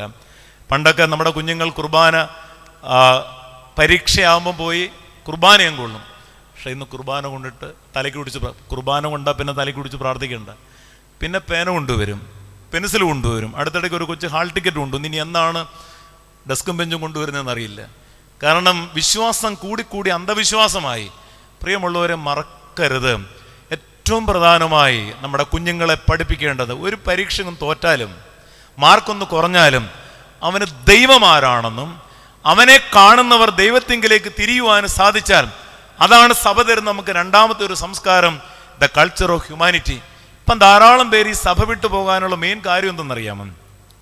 അച്ഛാ ഇവിടെ വിഷയം വെച്ച് പ്രാർത്ഥിക്കുന്നില്ല, എന്നും ഒരു കുർബാനയാണ്, എന്നും ഒരുപോലാ തോന്നുന്നത്. പക്ഷേ പല സ്ഥലത്ത് ചെന്നാൽ നമുക്ക് വിഷയം വെച്ച് നടുവേദനയും കണ്ണുവേദനയും വിസയുടെ കാര്യവും ഗൾഫിൻ്റെ കാര്യവും. മറക്കരുത്, തിരുവചനം പറയുന്നുണ്ട്, അന്ത്യകാലത്ത് എൻ്റെ പേരെടുത്ത് അനേകർ വരും, അവർ അത്ഭുതങ്ങളും അടയാളങ്ങളും കാണിക്കും, നിങ്ങളോ സൂക്ഷിച്ചു കൊള്ളണം. ഈ കൊറോണയുടെ സമയത്ത് ഈ പ്രവാചകന്മാരൊക്കെ എവിടെ പോയി? ആലോചിച്ച് നോക്കി. ഈ വിഷയം വെച്ച് പ്രാർത്ഥിച്ചവരെ ആരെയും കണ്ടിട്ടില്ലല്ലോ. എന്താ കാര്യം? ദൈവമക്കളെ, ഈ ഭൂമിയിൽ ദൈവം നമ്മളെ പഠിപ്പിക്കുന്ന ഒരു കാര്യം, ഞാൻ ആരാണെന്ന് നീ അറിയണം. നീ അറിഞ്ഞവൻ ലോകം മുഴുവൻ യേശുവിൻ്റെ സാക്ഷികളായി മാറണം. ഞാൻ തന്നെ ഈ ഒരു 4 വർഷം മുമ്പ് ഒരു തീരുമാനമെടുത്തു. 10 ലക്ഷം പേരെ യേശുവിന് കാണിച്ചു കൊടുക്കണം. അങ്ങനെ ഗോസ്പൽ ഫോർ യൂത്ത് എന്ന് പറഞ്ഞ് ഞാനും എൻ്റെ ദുബായിൽ ഒരു കൂട്ടുകാരനും കൂടി ഏതാണ്ട് ഒരു 6 ഗ്രൂപ്പ് പല ഭാഷയിൽ ഇപ്പോൾ രാവിലെ ഒരു 5 മണിക്ക് വാക്യങ്ങൾ അയക്കുക. എന്നാ സന്തോഷമാണെന്നറിയാമോ? ഒരുപാട് പേരെ സൂയിസൈഡിൽ നിന്നും മദ്യപാനത്തൊക്കെ മാറ്റാൻ സാധിച്ചു. ഇനിയും എൻ്റെ ഒരു ആഗ്രഹമുണ്ട്. എനിക്കൊരു കാര്യത്തിൽ പേടിയാം, ഈ പേരും പ്രശസ്തിയൊക്കെ വന്നാൽ അതിൻ്റെ കൂടെ അടിയും കിട്ടും. പള്ളിയിൽ എപ്പോഴും നമ്മൾ ഓർത്തുകൊണ്ട്, ഇപ്പം തന്നെ ഞാൻ OBBSൻ്റെ ഡയറക്ടറായി. അതിൻ്റെ ഫോട്ടോ ഒക്കെ പത്രത്തിൽ വന്ന് 1 മാസം കഴിഞ്ഞപ്പോൾ ഞങ്ങൾ 3 സഹോദരങ്ങളാണ്. എന്നെ ഏറ്റവും കൂടുതൽ ഈ പ്രസംഗത്തിന് ഈ പള്ളിയിൽ വരെയൊക്കെ വന്ന എൻ്റെ 2ാമത്തെ ബ്രദർ, ഏറ്റവും കൂടുതൽ അതിൽ സന്തോഷിച്ച വ്യക്തി, പെട്ടെന്ന് കുഴഞ്ഞു വീണ് ലോകത്തോട് യാത്ര പറഞ്ഞു. ആ പടം പത്രത്തിൽ വന്നപ്പോൾ എൻ്റെ പടത്തിൻ്റെ സന്തോഷം പോയില്ലേ? ഇത്രയേ ഉള്ളൂ. നമ്മൾ ഈ ഭൂമിയിൽ കിട്ടുന്നത് എന്തിനും ഒരു നിശ്ചിതമായ സന്തോഷമേ കൊടുക്കാവൂ.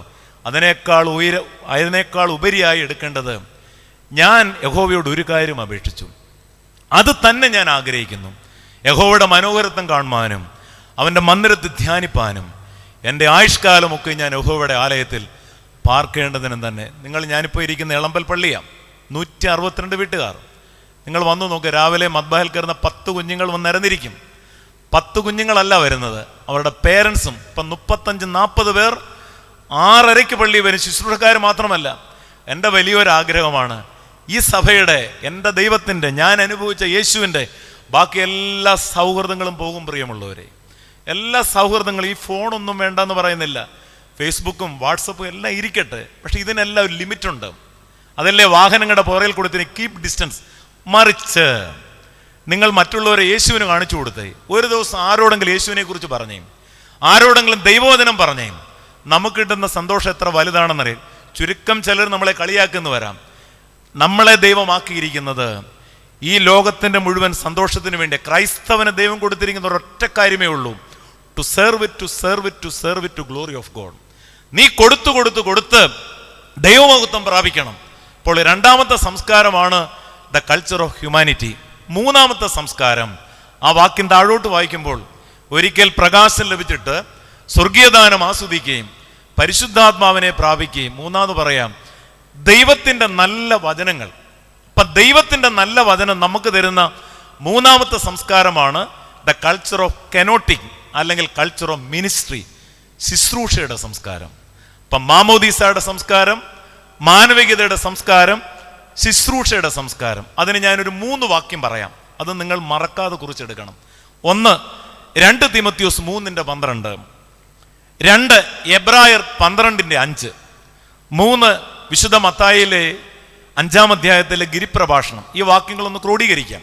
ആദ്യത്തെ വാക്യം 2 തിമോത്തിയോസ് 3:12, എന്നാൽ ക്രിസ്തയേശുവിൽ ഭക്തിയോടെ ജീവിക്കുവാൻ മനസ്സുള്ളവർക്കെല്ലാം പീഡനമുണ്ടാകും. ഇത് കൃത്യമായിട്ട് നമ്മുടെ മനസ്സിൽ പതിയേണ്ട ഒരു വാക്യമാണ്. എന്നാൽ ക്രിസ്തയേശുവിൽ ഭക്തിയോടെ ജീവിപ്പാൻ മനസ്സുള്ളവർക്കെല്ലാം പീഡനമുണ്ടാകും. ചിലരൊക്കെ ചോദിക്കാറുണ്ടല്ലോ, അച്ഛാ ഇത്ര പള്ളി പോയിട്ടും നോമ്പെടുത്തിട്ടും കുമ്പിട്ടിട്ടും ബൈബിൾ വായിച്ചിട്ടും അച്ഛാ എന്തുമാത്രം പ്രയാസങ്ങളിലൂടെ അച്ഛൻ ഞാൻ പോകുന്നത്.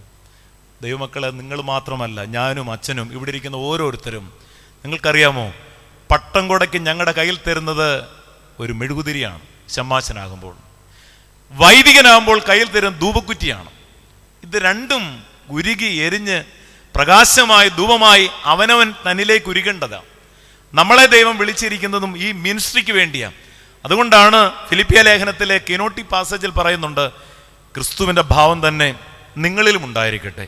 ദൈവത്തോടുള്ള സമത്വം മുറുകെ പിടിക്കാതെ ദാസരൂപമെടുത്ത് വേഷത്തിൽ മനുഷ്യനായി തന്നെത്താൻ താഴ്ത്തി.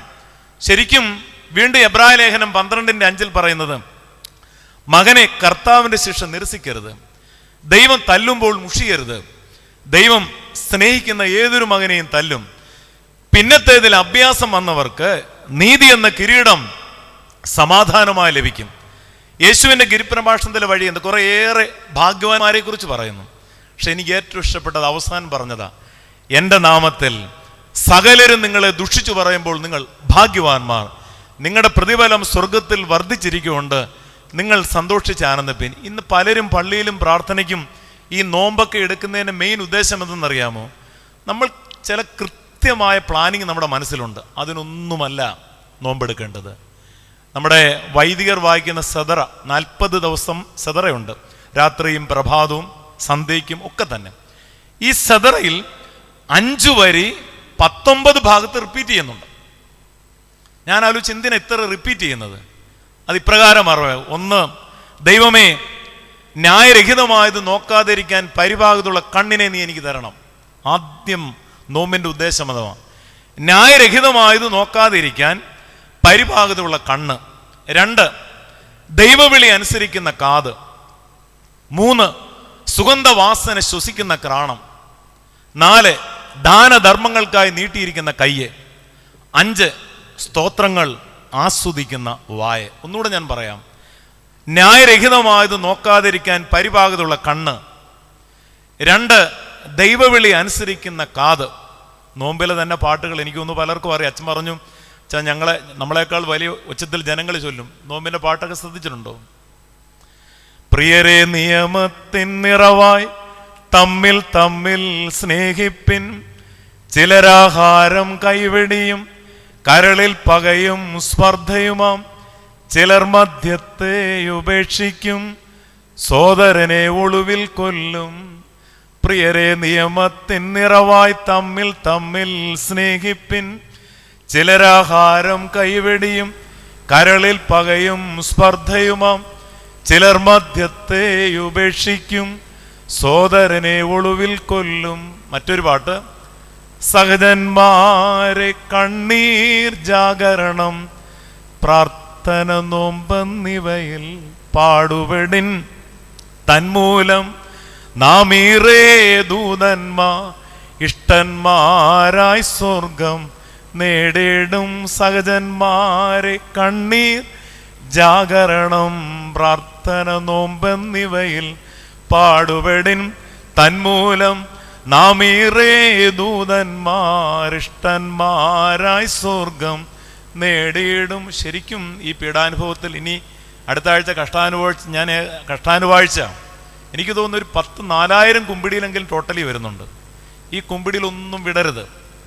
ഈ കുമ്പിടുന്നത് എങ്ങനെ ആയിരിക്കണം? ഒരിക്കലും കഷ്ടപ്പെട്ട് കുമ്പിടരുത്, കഷ്ടപ്പെട്ട് നോമ്പെടുക്കരുത്. ഇഷ്ടപ്പെട്ട് നോമ്പെടുക്കണം, ഇഷ്ടപ്പെട്ട് കുമ്പിടണം. അങ്ങനെ കുമ്പിടുമ്പോൾ നമ്മുടെ തലമുറ പഠിക്കുകയും ആ ത്യാഗത്തിൻ്റെ മാർഗത്തിൻ്റെ വഴിയിലൂടെ പോവുകയും ചെയ്യും.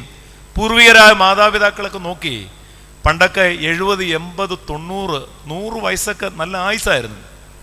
പക്ഷെ ഇത്ര ആരോഗ്യമുണ്ടെങ്കിൽ പോലും അവരെ ഒരു ഫംഗ്ഷനോ മറ്റു കാര്യങ്ങൾക്ക് വളരെ സിമ്പിളായിട്ടായിരുന്നു ജീവിച്ചിരുന്നത്. അവരുടെ ഡ്രസ്സാണെങ്കിലും അവരുടെ സാഹചര്യം മുഴുവൻ. ഇന്ന് ഒരുപാട് പേർ ധാരാളം രോഗമുണ്ട്, പക്ഷെ പുറമേ അവർ നടക്കുന്നത് കണ്ടാൽ എത്രമാത്രം ആർഭാടത്തോടു കൂടിയാണ്. എന്തിനാണ് ഈ ഭൂമിയിൽ ഇത്ര ആർഭാടം കാണിക്കുന്നത്? ജസ്റ്റ് ഉദാഹരണം, നമ്മുടെ വിവാഹ ഉദാശ തന്നെ നോക്കി. പണ്ട് ഞായറാഴ്ചയായാലും തിങ്കളാഴ്ചയായാലും കുർബാന കൊണ്ട് മാത്രം വിവാഹ ഉദാശ നടത്തൂ. അടുത്തിടയ്ക്ക് കോട്ടയത്ത് തന്നെയാണോ ഞാൻ കേട്ടത്, ഒരു വിവാഹ ഉദാശ രാവിലെ മണവാളനും മണവാട്ടിയും അവരുടെ പേരൻസും കൂടെ 5:30 രാത്രി നമസ്കാരത്തിന് വന്നു, 20 പേരും. 6 മണിക്ക് പ്രഭാത നമസ്കാരം. മണവാളനെ മണവാട്ടിയുടെ കാര്യമാണ് ഞാൻ പറയുന്നത്. 6:15 പ്രഭാത നമസ്കാരം, 7 മണിക്ക് വിശുദ്ധ കുർബാന, 8:30 തീർന്ന് വിവാഹ ഉദാശ, 9:30 തീർന്നു. ചെറിയ സ്നാക്സും കൊടുത്തു. വൈകിട്ടായിരുന്നു റിസപ്ഷൻ. ഇതുപോലൊരു വിവാഹ ഉദാശ മലങ്കര സഭയിൽ അടുത്തിടയ്ക്ക് നടന്നു കാണത്തില്ല.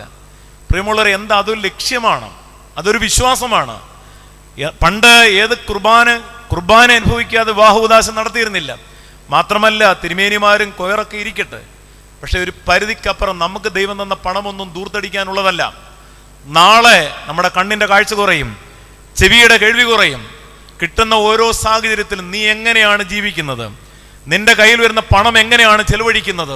അടുത്തിടയ്ക്ക് പരുമലയിൽ എനിക്കറിയാവുന്ന വളരെ സ്നേഹിതൻ, അദ്ദേഹത്തിൻ്റെ മകൻ്റെ കല്യാണത്തിന് മലങ്കര സഭയിൽ നിന്ന് 14 കല്യാണം ആരോടും പറയാതെ അദ്ദേഹം നടത്തി. അദ്ദേഹം പറയാം, എന്തിനാണച്ചാ എൻ്റെ മകൻ്റെ കല്യാണത്തിന് ഈ പണമെല്ലാം ഒറ്റ ദിവസം കൊണ്ട് ദൂർത്തടിച്ചാൽ ഇതിനെല്ലാം ഞാൻ കണക്ക് കൊടുക്കേണ്ടി വരും.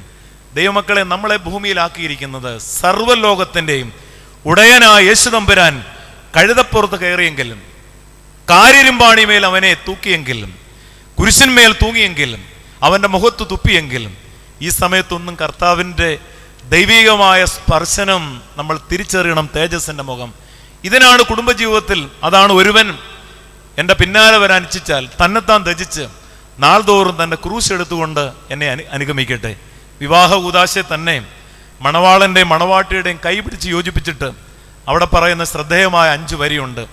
മക്കളെ, നിങ്ങളിപ്പോൾ നിൽക്കുന്നത് ജീവമേശ, സ്ലീബ, വെടിപ്പുള്ള ഏവൻഗേലിയോൻ, ജനക്കൂട്ടം, ഹൃദയവിചാരങ്ങൾ അറിയുന്ന തമ്പുരാന്റെ സന്നിധിയിലാകുന്നു നിങ്ങൾ നിൽക്കുന്നത്. നല്ലവണ്ണം ശ്രദ്ധിപ്പീൻ. മക്കളെ, നിങ്ങളിപ്പോൾ നിൽക്കുന്നത് ജീവമേശ, സ്ലീബ, വെടിപ്പുള്ള ഏവൻഗേലിയോൻ, ജനക്കൂട്ടം, ഹൃദയവിചാരങ്ങൾ അറിയുന്ന തമ്പുരാന്റെ സന്നിധിയിലാകുന്നു നിങ്ങൾ നിൽക്കുന്നത്. നല്ലവണ്ണം ശ്രദ്ധിപ്പീൻ. അത് ഓരോന്നും ചിന്തിച്ചു നോക്കി. സ്ലീബ മറക്കരുത്, കുരിശിനെയും മുറിക്കുന്ന അപ്പമായ വിശുദ്ധ കുർബാന മറക്കരുത്, ബൈബിൾ വായന മുടങ്ങരുത്.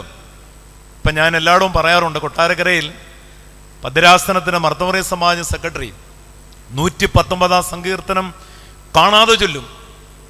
പലരും പറയാറുണ്ട്, അച്ഛാ ഈ കൊറോണ സമയത്തും അല്ലാതെ വീട്ടിൽ നിന്ന് ഒരുപാട് പേരുടെ സ്റ്റൈലിഷ് വർത്താനമാണ്, വീട്ടിൽ നിന്ന് ബോറടിക്കുന്നു. എവിടെ ബോറടിക്കും?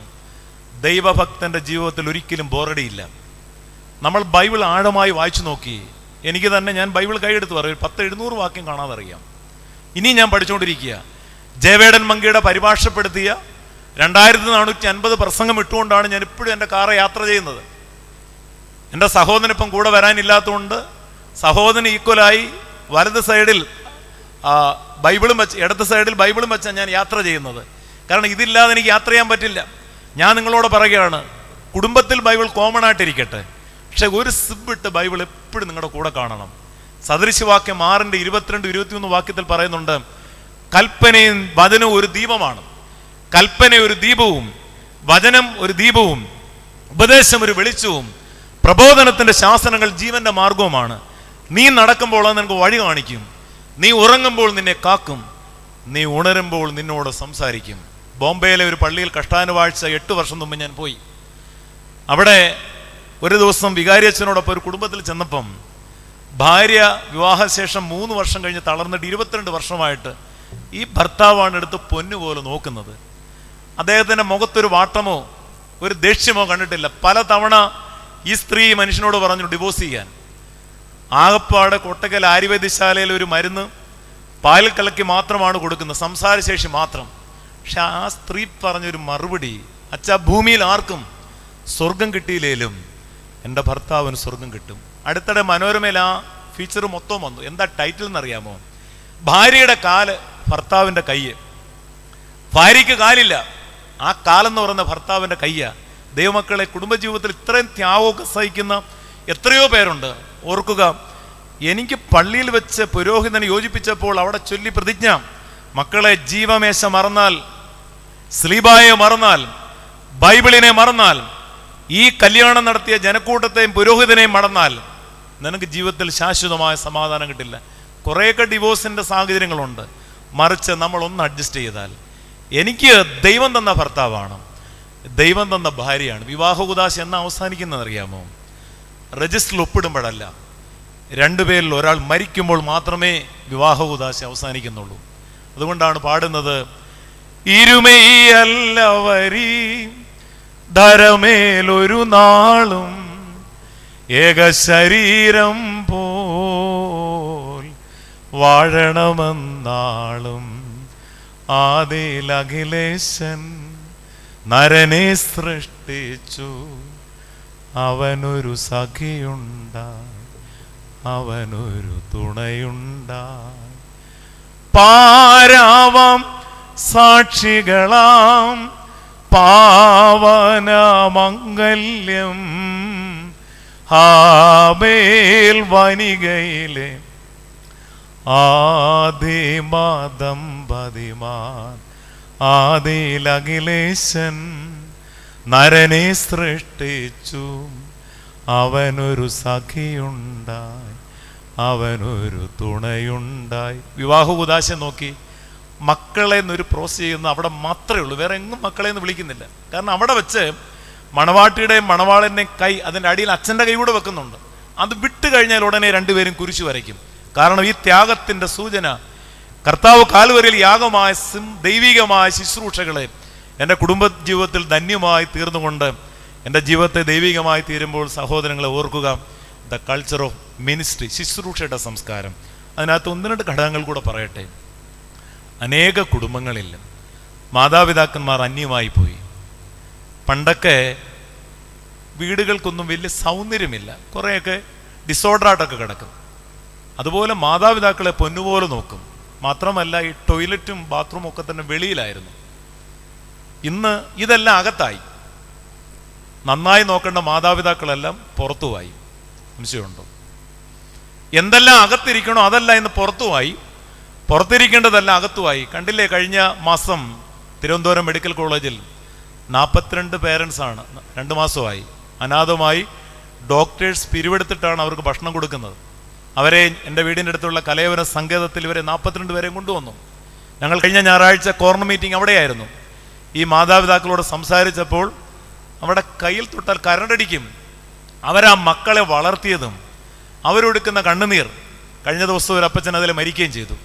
ഞാൻ ആലോചിക്കുക, എന്താ ഈ വിവാഹ ഉദാശയിൽ പലരും പഠിച്ചിരിക്കുന്നൊരു വാക്യമുണ്ട്, പുരുഷൻ തൻ്റെ പിതാവിനെ മാതാവിനെ വിട്ടുപിരിഞ്ഞ് ഭാര്യയോടെ പറ്റിച്ചേരും, ഇരുവരും ഒരു ശരീരമായി തീരും. ഇത് വലിയൊരു രഹസ്യമാണ്. ഈ രഹസ്യം എല്ലാവരും കാണാതെ പഠിച്ചു വെച്ചിരിക്കുക. പക്ഷെ ആ രഹസ്യം എന്താ? അതിന് തൊട്ട് താഴെ പറയുന്നുണ്ട്, നിനക്ക് നന്മ വരാൻ നീ ഭൂമി ദീർഘായുസോടിരിപ്പാൻ നിന്റെ അപ്പനെയും അമ്മയും ബഹുമാനിക്കണം. അതിൻ്റെ ഓപ്പോസിറ്റ് നോക്കി, നിനക്ക് നന്മ വരണ്ടെങ്കിൽ, നീ ഭൂമിയിൽ ദീർഘായുസോടിരിക്കണ്ടെങ്കിൽ നിന്റെ അപ്പനെയും അമ്മയും ബഹുമാനിക്കണ്ട. നമ്മളെ ചേർത്ത് വെച്ച് എത്ര സമയങ്ങളുണ്ട്. അവരൊന്ന് കണ്ണടച്ചിരുന്നെങ്കിൽ നമ്മൾ ഇനി ഈ മണ്ണി കാണത്തില്ലായിരുന്നു. അതുകൊണ്ട് വന്യനായ KM ജോർജൻ സെമിനാരിൽ വെച്ച് ഒരു കൊട്ടേഷൻ പറഞ്ഞു, സൂര്യനെ നോക്കി വളരുന്ന ചെടി സൂര്യൻ്റെ അടുത്ത് മുട്ടാറില്ല. നമ്മൾ എത്ര വളർന്നാലും സൂര്യനെ നോക്കി വളരുന്ന ചെടി സൂര്യൻ്റെ അടുത്ത് മുട്ടാറില്ല. ഞാൻ അടുത്തിടയ്ക്ക് പ്രശസ്തനായ ഒരു ഗായകനെ പരിചയപ്പെട്ടു. പേര് ഞാൻ പറയാൻ ആഗ്രഹിക്കുന്നില്ല, കാരണം അദ്ദേഹം പറഞ്ഞു, പേര് പറയരുത്. ആഴ്ചയിൽ ഒരിക്കൽ മാതാപിതാക്കളുടെ കാല് കഴുകും അദ്ദേഹം.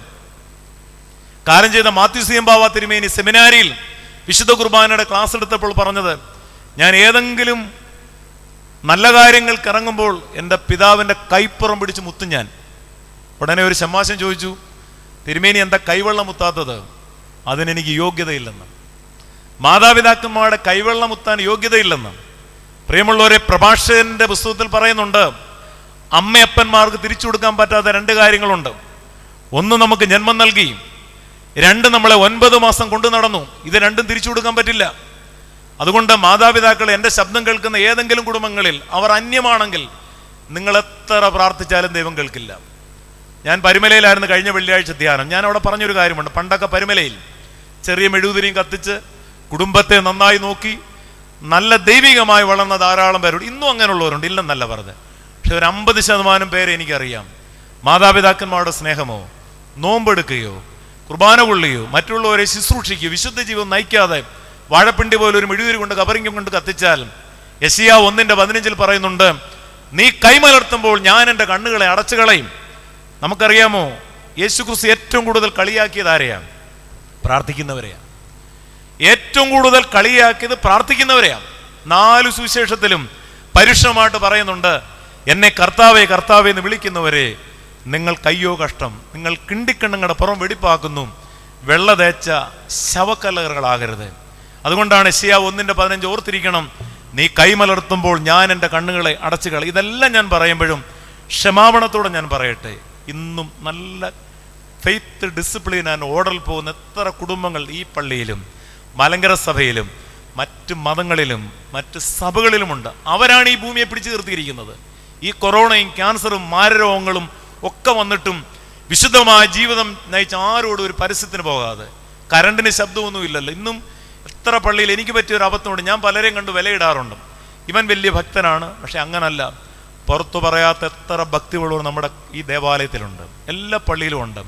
അവിടെ കാൽപാദങ്ങളോടൊപ്പം തന്നെ കണ്ണുനീർ കൂടി ഇവിടെ വീഴുന്നുണ്ട്. അവർ ആഗ്രഹിക്കുന്ന ഒരു കാര്യം, എൻ്റെ ദൈവമേ, നീ എനിക്ക് തരുന്ന ആയുസിൽ 60, 70, 80, 90, 100 ആണെങ്കിലും ദൈവത്തിൻ്റെ വഴികളിലൂടെ ദൈവത്തിൻ്റെ വിളക്കിൻ്റെ പ്രകാശം കണ്ടുകൊണ്ട്, I am the way, the truth and life, വഴി സത്യവും ജീവനുമായി ദൈവത്തെ അറിഞ്ഞുകൊണ്ട്. അതുകൊണ്ടാണ് നമ്മുടെ കുർബാന തന്നെ നോക്കി ഞാൻ എല്ലാ പ്രസംഗത്തിലും പറയുന്നത്. ഈ പലരും പറയാറുണ്ട് ഈ കുർബാനയും ബൈബിളും തമ്മിൽ ബന്ധമില്ലെന്ന്. ശരിക്കും പറഞ്ഞാൽ യേശുക്രിസ്തു നമുക്ക് തരുന്ന 7 I ams കുർബാനയിലുണ്ട്. 1, ഞാൻ ലോകത്തിൻ്റെ പ്രകാശം. എവിടെയാ കുർബാനയിൽ? വെളിവ് നിറഞ്ഞൊരു ഈശോ. 2, ഞാൻ നല്ല ഇടയനാകുന്നു. അച്ഛന്മാർ ചൊല്ലുന്നൊരു സദറയുണ്ട്, തൻ്റെ ആട്ടിൻകൂട്ടത്തിന് വേണ്ടി ബലിയായി തീർന്ന ഉത്തമ ഇടയനായുള്ളവേ നിനക്ക് സ്തുതി. 3, ഞാൻ സാക്ഷാൽ മുന്തിരിവള്ളി, എൻ്റെ പിതാവ് തോട്ടക്കാരനുമാകുന്നു, യജമാനൻ വരുമെന്നേരത്ത്. 4, ഞാൻ വാതിലാകുന്നു, അൻപുടയോനെ നിൻ വാതിൽ. 5, വഴി സത്യവും ജീവനുമാകുന്നു, കുർബാനയുടെ രഹസ്യ പ്രാർത്ഥനയിൽ. 6, ജീവന്റെ അപ്പമാകുന്നു, കുർബാന അധരങ്ങളിൽ വെക്കുമ്പം കടങ്ങളുടെ പരിഹാരത്തിനും പാപമോചനത്തിനും സഭയിലെ സത്യവിശ്വാസികൾക്ക് നൽകപ്പെടുന്നു. 7, പുനരുദ്ധാനവും ജീവനുമാകുന്നു, കരുണ നിറഞ്ഞവനെ പുനരുദ്ധാനത്തിൽ. നോക്കി, ഇപ്പൊ യേശു തമ്പുരാൻ യോഹന്നാന്റെ സുവിശേഷത്തിൽ നമുക്ക് തരുന്ന 7 ധൈര്യങ്ങൾ. എത്ര പീഡനം സഹിച്ചാലും കുർബാനയിലൂടെ പിതാക്കന്മാർ അത് ക്രമീകരിച്ചിരിക്കും. ഒന്നുകൂടെ ഞാൻ പറയാം, നിങ്ങളുടെ മനസ്സിലിരിക്കണം. ലോകത്തിന്റെ പ്രകാശം, വെളിവ് നിറഞ്ഞ ഒരു ഈശോ, നല്ല ഇടയൻ, വൈദികർ വായിക്കുന്ന സെതറയിലുണ്ട്. സാക്ഷാൽ മുന്തിരിവള്ളി, യജമാനൻ വരുമെന്നേരത്ത്. ഞാൻ വാതിലാകുന്നു, അൻപടയോനെ നിൻ വാതിൽ. വഴി സത്യവും ജീവനുമാകുന്നു, രഹസ്യ പ്രാർത്ഥനയിൽ. ജീവന്റെ അപ്പമാകുന്നു, കുർബാന മുറിക്കുമ്പോഴും കൊടുക്കുമ്പോഴും. പുനരുദ്ധാനവും ജീവനുമാകുന്നു, കരുണ നിറഞ്ഞവനെ പുനരുദ്ധാനത്തിൽ. പക്ഷെ നമുക്കിപ്പം പറ്റിയ ചെറിയൊരു വിഷയമുണ്ട്. ഞാനിവിടുത്തെ കൊയർ കേട്ടപ്പം അച്ഛനോട് തന്നെ പറഞ്ഞു, ഈ ടോണിലെ ചൊല്ലാവും. ഇവർ 10-20 വെറുതെ ഞാൻ അപ്രീഷിയേറ്റ് ചെയ്യുമല്ല, അത് ഈ നോർത്തോടെ മുമ്പിൽ നിന്നുകൊണ്ട് തന്നെ പറയും, ഈ വോയിസിലെ കൊയർ പോകാവൂ. കാരണം നമ്മുടെ സഭയുടെ ആരാധനാക്രമത്തിൽ പുരോഹിതനാണ് കുർബാന അർപ്പിക്കുന്നത്. ശുശ്രൂഷകർക്കും ആർക്കും പാട്ടില്ല, പ്രതിവാക്യമില്ല. അവർക്ക് ഇടവായന മാത്രമേ ഉള്ളൂ. ശുശ്രൂഷകർക്ക് പാട്ടും പ്രതിവാക്യം ആർക്കുള്ളതാ? ജനത്തിനുള്ളതാ. പല പള്ളിയിലും സിസ്റ്റം കൂട്ടി വെച്ചിട്ട് അച്ഛൻ്റെ ശുശ്രൂഷക്കാരുടെ സൗണ്ട് പലർക്കും ചെവിക്കല് പൊട്ടിട്ട് പള്ളി നിൽക്കാൻ വയ്യ. ഈ പലരുടെയും ധാരണ എൻ്റെ ട്യൂൺ കേട്ടുകൊണ്ട് പള്ളി നിൽക്കുമെന്ന്, ഓടാൻ പറ്റാത്തതുകൊണ്ട് അവിടെ നിൽക്കുക. പ്രിയമുള്ളവരെ, ആരാധന എനിക്കൊരു പാട്ടില്ല, നിനക്കൊരു പാട്ടില്ല, നമുക്കൊരു പാട്ടുണ്ട്. ഈ കൊയറിനോടൊപ്പം തന്നെ ആ വന്ദനേശ്വര പാടിപ്പം എല്ലാം അത്ര വോയിസ് മതി. കാരണം ഈ സെറാഫീൻ തിരുമേനി അടുത്തിടയ്ക്ക് പറഞ്ഞില്ലേ, ഗായക സംഘം ഒക്കെ തന്നെ ലീഡ് ചെയ്യാനുള്ളവരാ, ഒറ്റയ്ക്ക് പോകാനുള്ളവരല്ല. ഈ വോയിസ് മതി. എല്ലാവരും നമ്മുടെ കുർബാനയുടെ പാട്ടുകളൊക്കെ, ഞാനിപ്പോൾ എൻ്റെ പള്ളി കുക്കിലും ചൊല്ലും, മൈക്ക് ഓഫ് ചെയ്യും. ജനങ്ങൾ ഒരുമിച്ച് ചൊല്ലുമ്പോൾ പെട്ടെന്ന് ഒരു 2 മിനിറ്റ് ഒന്ന് പാടിയേയും, എല്ലാവരും കൂടെ പാടിയേ. അൻപുടയോ നിൻ. നമ്മുടെ ഓരോ പാട്ടും ശരിക്കും പാടിയാൽ നമ്മുടെ കാൽപാദങ്ങൾ ഈ കയറ്റുവായിൽ മുട്ടുന്നതോടൊപ്പം തന്നെ കണ്ണുനീർ കൂടി വീഴും. കുർബാന കഴിഞ്ഞ് പുറത്തിറങ്ങുമ്പം അവങ്കിലേക്ക് നോക്കിയവർ പ്രകാശിതരായി. കഴിഞ്ഞ 2 മാസം മുമ്പ് 4 ഭദ്രാസനത്തിൽ ശുശ്രൂഷക്കാർക്ക് ഞാൻ ക്ലാസ് എടുത്തു. 10 പേരെ നിരത്തി നിർത്തി ഇവരോടൊപ്പം ജനങ്ങളെയും കൂടെ പാടിച്ചു. ആ രീതിയാണ് നമ്മുടെ ആരാധന ക്രമീകരിച്ചത്. സിംഗിൾ വോയിസ് വന്നാൽ ആരാധന നശിക്കും. ഇടവായന വായിക്കട്ടെ. പാട്ടുകൾ പാടുമ്പോഴും ആരാധനയുടെ, അത് നോമ്പിൻ്റെ നമസ്കാരമായാലും വിവാഹോദാശയുടെ ആയാലും ഒക്കെ തന്നെ ഇതിൻ്റെ അർത്ഥങ്ങളൊന്നും മനസ്സിലാക്കി പാടിക്കഴിഞ്ഞാൽ മർത്തോമാ സഭയുടെയൊക്കെ ഒരു ഗുണമതാ. 150 പേർ പാടിയാൽ സെയിം വോയിസ് ആയിരിക്കും. കൃത്യമായിട്ട് നമ്മുടെ ആരാധനകളെ ആ തരത്തിലാകുമ്പം ഇത് കണ്ടിട്ട് ഒരുപാട് പേർ സഭയിലേക്ക് വരും. മറിച്ച് നമ്മുടെ ആരാധനയുടെ ശൈലി കണ്ടിട്ട് സഭ വിട്ടു പോകുവാനിടയാകരുത്. കൃത്യമായിട്ട് ഓർക്കണം ദൈവമക്കൾ, ഇതൊരു മിനിസ്ട്രിയാണ്. ത്യാഗം സഹിച്ച് അനേകരെ ക്രിസ്തുവിലേക്ക് കൊണ്ടുവരാനുള്ള 3ാമത്തെ സംസ്കാരമാണ് ഞാൻ പറഞ്ഞത്, ദ കൾച്ചർ ഓഫ് മിനിസ്ട്രി. 3 സംസ്കാരം ഞാൻ പറഞ്ഞു. മാമോദീസയുടെ സംസ്കാരം, മാനവികതയുടെ സംസ്കാരം, ശുശ്രൂഷയുടെ സംസ്കാരം. 4ാമത്തെ സംസ്കാരം, ആ വാക്യം പറയുകയാണ്, ഒന്നുകൂടെ നിങ്ങൾ ഓർത്തിരിക്കണം. ഒരിക്കൽ പ്രകാശം ലഭിച്ചിട്ട് സ്വർഗീയദാനം ആസ്വദിക്കുകയും പരിശുദ്ധാത്മാവിനെ പ്രാപിക്കുകയും ദൈവത്തിൻ്റെ നല്ല വചനങ്ങളും, അവസാനം പറയാം, വരാനുള്ള ലോകത്തിൻ്റെ ശക്തിയെ കുറിച്ച് തിരിച്ചറിഞ്ഞവർ. അപ്പം വരാനുള്ള ലോകം ഏതാണ്? 4ാമത്തെ സംസ്കാരം, ദ കൾച്ചർ ഓഫ് ഫെയർവെൽ, യാത്രയപ്പിൻ്റെ സംസ്കാരം അല്ലെങ്കിൽ ശവസംസ്കാരം. നമുക്കറിയാം, മാമോദീസായിൽ ശോശപ്പ ഉയർത്തും, ശവസംസ്കാരത്തിൽ ശോശപ്പ മുഖത്തിടും. മാമോദീസായിൽ ഉയർത്തിയ ശോശപ്പ ശവസംസ്കാരത്തിൽ മുഖത്തിടും. യുവാനീസ് തിരുമേനി ആ ഒരു കാര്യത്തിൽ പണ്ട് ഞാൻ കേട്ടിട്ടുണ്ട്. അച്ഛന്മാരുടെ കയ്യിൽ എല്ലാവരും കുർബാന ചൊല്ലിയ ശോശപ്പ കൈ വെച്ചേക്കാൻ പറയും. അച്ഛൻ നേരത്തെ മരിച്ചു പോകുന്നെങ്കിൽ കൊച്ചമ്മയുടെ അടക്കുന്നതിന് ആ ശോശപ്പയിട്ടാ മുഖം മൂടുന്നത്. ഇപ്പം 2 ശോശപ്പാകൾ തമ്മിലുള്ള ജീവിതമാണ് ക്രൈസ്തവന്റെ ഓർത്തഡോക്സ് സഭയുടെ വിശ്വാസിയുടെ ജീവിതം. ദൈവമക്കളെ ഓർക്കുക, ജീവിക്കുന്നത് ക്രിസ്തുവും മരിക്കുന്നത് ലാഭവും. ഏത് പ്രായത്തിൽ ദൈവം വിളിച്ചാലും ഭയപ്പെടരുത്. പലരും ആലോചിക്കും, ഇപ്പോൾ എനിക്ക് തന്നെ 2 മക്കളുണ്ട്. ഞാൻ ആലോചിക്കാറുണ്ട്, ദൈവമേ പെട്ടെന്ന് ദൈവം എന്നെ വിളിച്ചാൽ എൻ്റെ ഭാര്യ, എൻ്റെ മക്കൾ എന്താകും? അങ്ങനെ ചിന്തിക്കരുത്. ഏത് സമയത്ത് ദൈവം വിളിച്ചാലും ദൈവം സ്നേഹിക്കുന്ന മക്കൾക്ക് ഒരുക്കിയിട്ടുള്ളത് കണ്ണ് കണ്ടിട്ടില്ല, ചെവി കേട്ടിട്ടില്ല, ആരുടെയും ഹൃദയത്തിൽ തോന്നിയിട്ടുമില്ല. 2 തരത്തിൽ പിശാച് നമ്മളെ നശിപ്പിക്കും. മറക്കരുത്, 1 ഭയം തരും, 2 കടം തരും. ഭയം തന്നും കടം തന്നും നമ്മളെ ഭയപ്പെടുത്തും. വീടരുത്. അതുകൊണ്ടാ നീതിമാന്മാരെ കുറിച്ച് പറയുന്നത്, നീതിമാൻ വീണാലും നിലം പരിശാകില്ല. നീതിമാന്റെ സന്തതി അനുഗ്രഹിക്കപ്പെടും. നീതിമാൻ എന്നേക്ക് ഓർമ്മയിലിരിക്കും. നീതിമാൻ തുണയില്ലാതിരിക്കുന്നതും അവന്റെ മക്കൾ അപ്പത്തിനു വേണ്ടി ഇരക്കുന്നത് ഞാൻ കണ്ടിട്ടില്ല. പിന്നെ പറയുന്നുണ്ട്, നീതിമാന്റെ അനർത്ഥങ്ങൾ അസംഖ്യമാണ്, യഹോവ അതിൽ നോക്കി അവനെ വിടുവിക്കും. ദൈവമക്കളെ നെഞ്ചത്ത് കൈവച്ച് ആലോചിച്ച് നോക്കുകയും എത്രയോ പ്രാവശ്യം നമ്മൾ തകരുമെന്ന് ചിന്തിച്ചു. ആ വീഴാൻ തുടങ്ങിയിട്ട് നമ്മളെ ദൈവം പൊക്കിയിട്ടില്ലേ? ഒറ്റ കാര്യം, എൻ്റെ ദൈവസന്നിധിയിൽ വിശ്വസ്തരായി ജീവിച്ചാൽ മാത്രം മതി. വിളിക്കുമ്പോൾ ഭംഗിയായിട്ട് നമ്മുടെ മക്കളുടെയും ഭാര്യയുടെയും ഭർത്താവിൻ്റെ കാര്യം തമ്പുരാൻ നോക്കും. അതാ ഞാൻ ആവർത്തിച്ച് പറയുന്നത്, ദൈവം സ്നേഹിക്കുന്ന മക്കൾക്ക് ഒരുക്കിയിട്ടുള്ളത് കണ്ണ് കണ്ടിട്ടില്ല, ചെവി കേട്ടിട്ടില്ല, ആരുടെയും ഹൃദയത്തിൽ തോന്നിയിട്ടുമില്ല. നമ്മുടെ സഭാവിശ്വാസത്തിൽ അനുശോചനമില്ല. ഇപ്പോഴും ഞാൻ പല പള്ളിയിലും കണ്ടിരിക്കുന്ന മൃതശരീരം പള്ളി കൊണ്ടുവച്ചിന് അനുശോചനം പറയാം. അനുശോചനമില്ല. നമുക്ക് മൂന്നാമത്തെ ക്രമം ചൊല്ലി അന്ത്യചുംബനം നൽകി എടുത്താൽ ദേവാലയത്തിൽ വെച്ച് നമുക്ക് അനുശോചനവും പ്രസംഗമൊന്നുമില്ല. നമുക്കുള്ളത് അനുസ്മരണമാണ്. അത് ഏവൻഗേലിയോന് ശേഷം പ്രധാന പുരോഹിതനോ ആരെങ്കിലും ഒരു 5 മിനിറ്റ് പറഞ്ഞാൽ മതി. പക്ഷേ ഇന്ന് പലപ്പോഴും ജീവനോടിരിക്കും വെള്ളം കൊടുത്തില്ലേലും ഒന്നും നോക്കിയില്ലേലും മരണശേഷമാണ് വന്ന് ഇറങ്ങുന്ന 4-5 ദിവസം മോർച്ചറിലൊക്കെ വെച്ച്. ഇത് ഞാൻ പറയുമ്പോഴും കൃത്യമായി ശുശ്രൂഷിച്ചവർ എങ്ങനെയോ അടക്കം നടത്തിക്കും.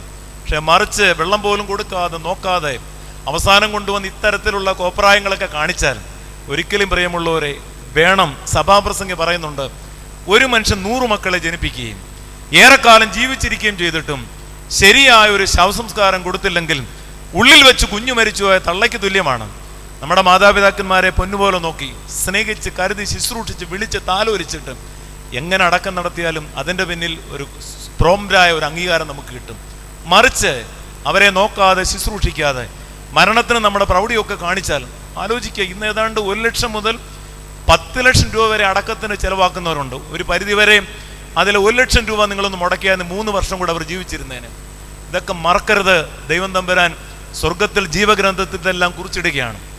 നമ്മളെ ദൈവം വിളിക്കുന്ന സമയം വരെയും നമുക്കൊരു കാര്യം ഉണ്ടായിരിക്കണം. ഈ സഭ നമുക്ക് തരുന്നത് മാമോദീസായിലൂടെ മൂറോൻ എടുക്കുമ്പോൾ അതിന് മുമ്പും ശേഷവും പ്രസക്തമായൊരു പ്രാർത്ഥനയുണ്ട്. ദൈവസൃഷ്ടിയെ നീ സമീപിക്കരുത്. ഇത് പിശാചിന്റെ അധിവാസ സ്ഥലമല്ല, ദൈവത്തിന്റെ ആലയമാണ്. പിതൃപുത്ര പരിശുദ്ധാത്മാവാൻ ദൈവത്തെ കൊണ്ട് നിന്നെ ഞാൻ ശപഥം ചെയ്യിക്കുന്നു. വെട്ടിപ്പിടിക്കുന്ന എല്ലാം ചുമ്മാതാണ്. നമുക്കുണ്ടാക്കിയെടുക്കാവുന്ന ദൈവസ്നേഹം മാത്രമാണ്. അത് മറ്റുള്ളവർക്ക് പറഞ്ഞു കൊടുക്കാൻ ായൊരു പാട്ടാണ്. പോകുന്നേ ഞാനും എൻ ഗ്രഹം തേടി ദൈവത്തോടൊത്തുറങ്ങിടാൻ, എത്തുന്നേ ഞാനും നാഥന്റെ ചാരെ പിറ്റേന്നോപ്പമുണർന്നിടാൻ. കരയുന്നോ നിങ്ങൾ എന്തിനായി ഞാനും സ്വന്തദേശത്തു പോകുമ്പോൾ, കഴിയുന്നു യാത്ര ഇത്ര നാൾ കാത്ത ഭവനത്തിൽ ഞാനും ചെന്നിതാ. സ്വർഗരാജ്യത്തിൽ ചെന്ന നേരത്ത് കർത്താവെന്നോടു ചോദിച്ചു, സ്വന്ത ബന്ധങ്ങൾ വിട്ടുപോരുമ്പോൾ വെന്തു നീറിയോ നിൻ മനം, ശങ്ക കൂടാതെ ചൊല്ലി ഞാൻ, കർത്താവേ ഇല്ലാത്തെല്ലുമേ. ഞാനെത്തി സന്നിധേ, ഇത്ര നാൾ കാത്ത സന്നിധേ. പോകുന്നേ ഞാനും എൻ ഗ്രഹം തേടി ദൈവത്തോടൊത്തുറങ്ങിടാൻ, എത്തുന്നേ ഞാനും നാഥന്റെ ചാരെ പിറ്റേന്നോപ്പമുണർന്നിടാൻ. കരയുന്നോ നിങ്ങൾ എന്തിനായി ഞാനും സ്വന്തദേശത്തു പോകുമ്പോൾ, കഴിയുന്നു യാത്ര ഇത്ര നാൾ കാത്ത ഭവനത്തിൽ ഞാനും ചെന്നിതാ. സ്നേഹമുള്ളവരെ, ശ്രേഷ്ഠമായ 4 സംസ്കാരത്തിൻ്റെ ഉടമസ്ഥത തന്ന ഒരു സഭയാണിത്. മാമോദീസയുടെ സംസ്കാരം, കൾച്ചർ ഓഫ് ബാപ്റ്റിസം. മാനവികതയുടെ സംസ്കാരം, കൾച്ചർ ഓഫ് ഹ്യൂമാനിറ്റിയും. ശുശ്രൂഷയുടെ സംസ്കാരം, കൾച്ചർ ഓഫ് മിനിസ്ട്രിയും. ശവസംസ്കാരം, കൾച്ചർ ഓഫ് ഫെയർവെൽ. ഈ 4 സംസ്കാരം തന്ന രക്തത്താൽ ഞാൻ വാങ്ങിയ ഒരു സഭയാണിത്. അതിനെ നമ്മൾ സംരക്ഷിക്കും. ഇതറിഞ്ഞവർ പിന്മാറിപ്പോയാൽ, അതാണ് വാക്യം പറയുന്നത്, ഉള്ളിൽ ക്രിസ്തുവിനെ ക്രൂശിക്കുന്നവരായിരിക്കും. ഈ സഭയുടെ വിശ്വാസം വിട്ട് കഴുത്ത് വെട്ടിയാലും മാറിപ്പോകരുത്. നിങ്ങൾ നോമ്പെടുത്ത് ബൈബിൾ വായിച്ച് ദേവാലയത്തിൽ രാവിലെ വന്ന് എല്ലാ ശുശ്രൂഷകളും ഭംഗിയായിരിക്കും. ഇന്ന് കിട്ടുന്ന തേജസ് ലോകത്താർക്കും പറഞ്ഞറിയിക്കാൻ പറ്റത്തില്ല. ദൈവമായിട്ടൊരു നല്ല ബന്ധമുണ്ടാകണം. നോമ്പിൻ്റെ സമയം രാത്രി കിടന്നുറങ്ങുമ്പം ഭാര്യ കാണണ്ട, ഭർത്താവ് അറിയണ്ട, മക്കൾ അറിയണ്ട, ലൈറ്റ് പോലും ഇടണ്ട. എൻ്റെ ദൈവമേ, എൻ്റെ പ്രായത്തിലെ ഓരോ ദിവസവും കുറയാണ്. ഞാൻ എൻ്റെ ദൈവത്തോട് അടുക്കുകയാണോ അകലുകയാണോ? ഹു ആ മൈ?